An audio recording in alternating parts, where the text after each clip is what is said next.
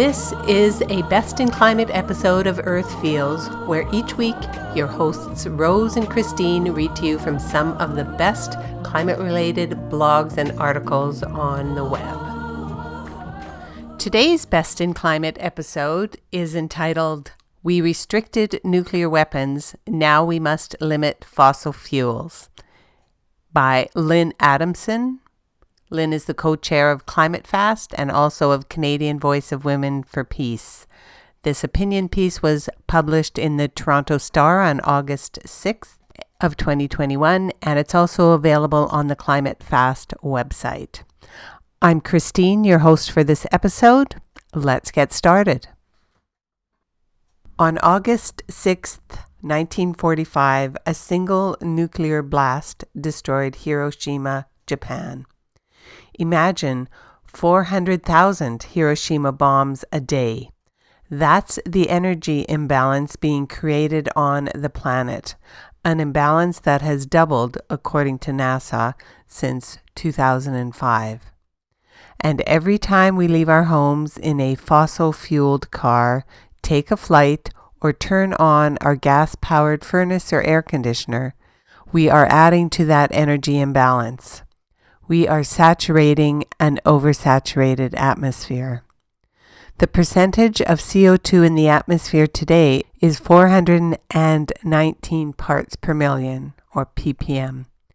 It was 270 ppm at the start of the industrial age, and in 1988, the atmosphere contained 350 ppm. That's a number that might be a safe level for a stable climate. But 419 ppm most definitely is not, as evidenced by the heat domes and wildfires being experienced in Canada and floods and droughts throughout the world in a wild weather summer.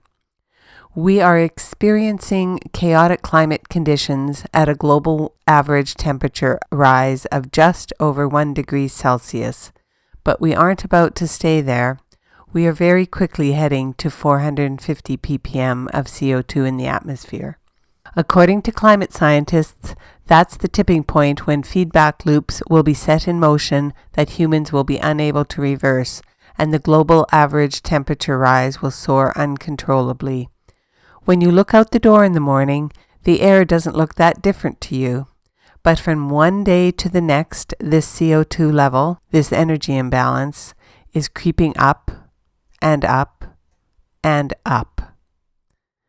This science is available to all of us.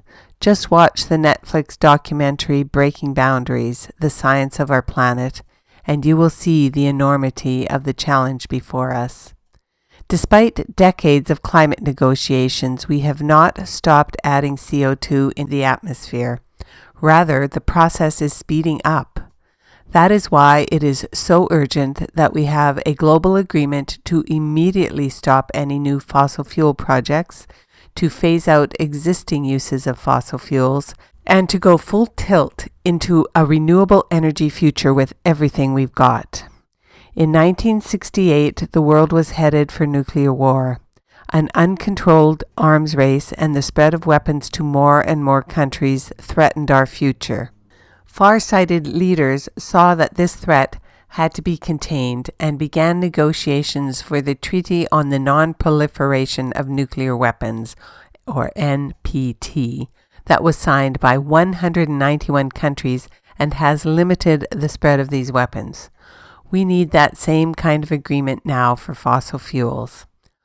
On July 15th, Toronto became the second city in Canada and the fourth large city in the world to call on our government to negotiate a fossil fuel non-proliferation treaty. Toronto has taken many steps to reduce our carbon emissions, but unless all local, provincial, state, and national governments around the world are doing the same, the atmosphere we share will continue to contain increasing levels of CO2, and a future of mass death will cast its shadow over us all. This weekend is the anniversary of the Hiroshima and Nagasaki bombings in 1945, August 6th and August 9th. and is a sober reminder of the destruction we humans are capable of. We limited the spread of these weapons. Now, the energy of 400,000 nuclear bombs added to Earth's energy system per day is silently and invisibly dooming our future if we do not take charge and stop. The International Energy Agency has declared the end of the fossil fuel age, and now our governments must do so as well. This proposed Fossil Fuel Nonproliferation Treaty offers an opportunity to take this commitment globally in advance of COP26, the next climate negotiations in Glasgow this November. Canada could be a leading voice in this movement. Let's call on all of our politicians and all our political parties to pledge no new fossil fuel projects. None. And to build the green energy future we need right now.